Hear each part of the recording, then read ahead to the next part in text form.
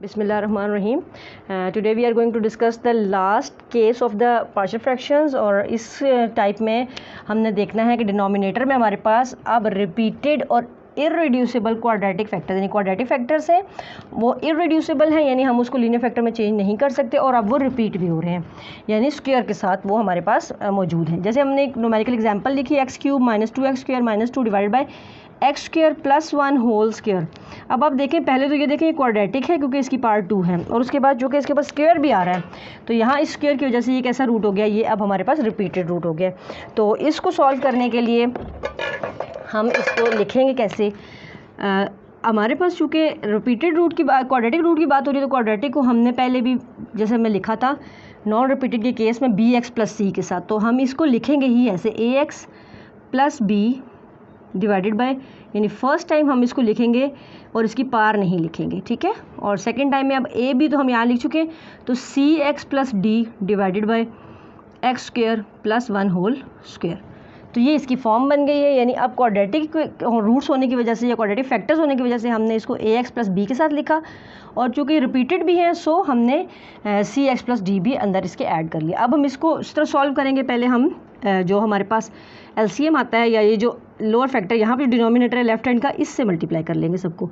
तो right hand पे हमारे पास है x³ माइनस 2x² माइनस 2, और इससे मल्टीप्लाई हो जाएगा x² plus 1 whole square whole divided by x² plus 1 whole square. Here x² plus 1 whole square multiplied by ax plus b divided by x² plus 1 plus x² plus 1 whole square into cx plus d divided by x² plus 1 whole square. तो ये तो पूरा ही cancel हो जाएगा, ये जो इसकी पार के साथ कैंसिल हो, सॉरी इस पार से कैंसिल हो जाएगा, तो सिंपली एक या फैक्टर रह जाएगा और ये भी ओवरऑल कैंसिल हो गया। So we have values x³ minus 2x² minus 2, and on the right hand side we have x² plus 1 into ax plus b plus cx plus d। तो ये हमारे पास हमारी इक्वेशन बन गई है। अब यहाँ पे हमारे पास कोई भी लीनियर फैक्टर नहीं था, तो लीनियर फैक्टर ना होने की वजह से हम इसको इक्वल टू 0 करके फर्स्ट स्टेप पे ही किसी एक की वैल्यू नहीं निकाल सकते। सो हमने क्या करना है, इस इक्वेशन को हमने मल्टीप्लाई करना है और उसके बाद हम कोफिशिएंट्स को कंपेयर करते जाएंगे। x³ minus 2x² minus 2 is equal to, again यहाँ पे हम वर्टिकल मल्टीप्लाई कर लेते हैं, ax plus b plus 1 into ax plus b plus ये जो हमारे पास बाहर फैक्टर एक रह गया था, ये सिंगल ही फैक्टर है तो हम इसको एज इट इज़ लिख लेते हैं। So we have x³ minus 2x² minus 2 is equals to, अब देखिए a है x² एंड दिस x, तो ये क्या बन गया ax³ plus bx² plus ax plus 1 plus cx plus d। अब हमारे पास ये हमारी एक इक्वेशन बन गई है। x y z कोई भी अब इसको नाम दे दें, x चूँकि यहाँ हम ऑलरेडी यूज़ करें तो z दे दें या y दे दें, कोई इसका नेम दे दें। अब यहाँ पे हम देखें कि हमारे पास a b c d 4 values हमने फाइंड करनी है, तो हम स्टार्ट करते हैं द हायर पार्ट से, यानी x³ जो है उससे हम स्टार्ट करते हैं। तो x³ जो है उसके कोफिशिएंट जब हम कंपेयर करेंगे तो लेफ्ट हैंड साइड पे इसका कोफिशिएंट क्या है 1, और राइट हैंड साइड पे क्या है सिंपली a। सो डायरेक्ट हमारे पास वैल्यू किसकी आ गई, a की आ गई, ठीक हो गया। अब x³ के बाद सेकंड वैल्यू जो है या सेकंड हाईएस्ट पार्ट जो है वो x² की है, तो x² के कोफिशिएंट को कंपेयर करते हैं हम। तो यहाँ पे देखें लेफ्ट हैंड साइड पे, यहाँ पे हम लिख लेते हैं कंपेयरिंग कोफिशिएंट ऑफ x³ यानी x³ को जब हमने कंपेयर किया तो a की वैल्यू आ गई। Now coefficient of comparing coefficients of x², जब हमने x² कोफिशिएंट कंपेयर किया तो लेफ्ट हैंड साइड पे हमारे पास आ गया -2, और राइट हैंड साइड पे हमारे पास सिंपली सिर्फ b है, तो यहाँ पे आ गया b। तो देखिए सेकंड वैल्यू भी हमारे पास आ गई, b की वैल्यू आ गई हमारे पास। अब हम मूव करते हैं थर्ड की तरफ। अब पहले x³ को कंपेयर किया, फिर x² कोफिशिएंट को कंपेयर किया, अब हमने comparing coefficient of x, comparing coefficients of x। जब हम x के कोफिशिएंट को कंपेयर करेंगे तो लेफ्ट हैंड साइड पे आप देखेंगे कोई भी वैल्यू x पर नहीं है, मीन्स कि लेफ्ट हैंड साइड पे 0 आ जाएगा।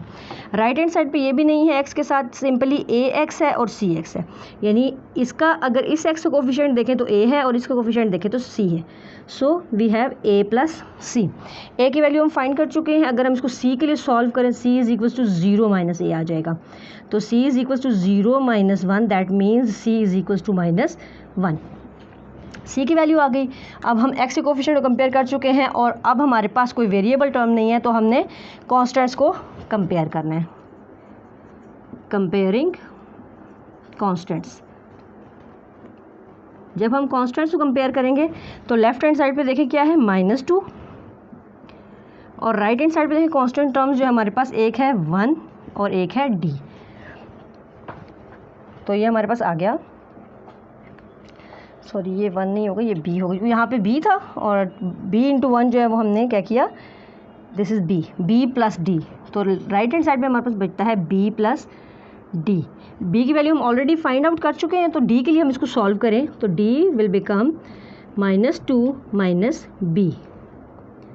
-2 और b की वैल्यू हमारे पास क्या आई थी ऑलरेडी -2 माइनस 2, तो ये हमारे पास क्या आ गया -4। d की वैल्यू आ गई हमारे पास -4।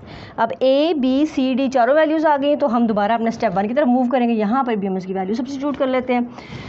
पहले हमारे पास आ गया a हमारे पास है 1 इंटू एक्स प्लस b हमारे पास है -2, ax plus b divided by x square plus 1 plus c x plus d. C हमारे पास क्या है, c इज इक्वल टू -1, x प्लस d हमारे पास क्या आ गया -4, c x plus d and divided by x square plus 1 whole square. अब माइनस साइंस की वजह से थोड़ा सा हम इसको अरेंज कर लेते हैं। ये हमारे पास बन जाएगा x प्लस -2, यानी x - 2 divided by x square plus 1 minus, अब इन दोनों से माइनस के साइन है, माइनस हम बाहर कॉमन ले लें तो अंदर हमारे पास बचता है x plus 4 divided by x square plus 1 whole square. तो ये हमारी जो रिक्वायर्ड फॉर्म थी, जो हमारी रिक्वायर्ड पार्शियल फ्रैक्शन थी, वो हमारा ये आंसर आ गया। ठीक है, तो इस तरह से जब हमारे पास रिपीटेड रूट्स होंगे और वो क्वाड्रेटिक भी होंगे और इररेड्यूसिबल भी होंगे, यानी हम उनको लीनियर में रिड्यूस नहीं कर सकते, तो फिर हम उसको रिपीटेड रूट के फॉर्म में हम ax प्लस b और cx प्लस d के साथ लिखेंगे। और अगर रूट्स ज़्यादा होंगे तो ex प्लस f भी ऐड करते जाएंगे। और सेम इसी तरीके के साथ हम हायर से लोअर तक, यानी कि highest power of the variable से लेके कांस्टेंट तक जो है हम उनको कंपेयर करते जाएंगे, तो हमारे पास a b c d e f की वैल्यूज़ आती जाएंगी। तो ये हमारा पार्शियल फ्रैक्शन का टॉपिक जो है वो कंप्लीट हो गया। आई होप आपको अंडरस्टैंडिंग में आसानी होगी। अगर आपको कोई क्वेश्चन हो तो मुझे ज़रूर सेंड करें और फीडबैक भी दीजिए। Thank you.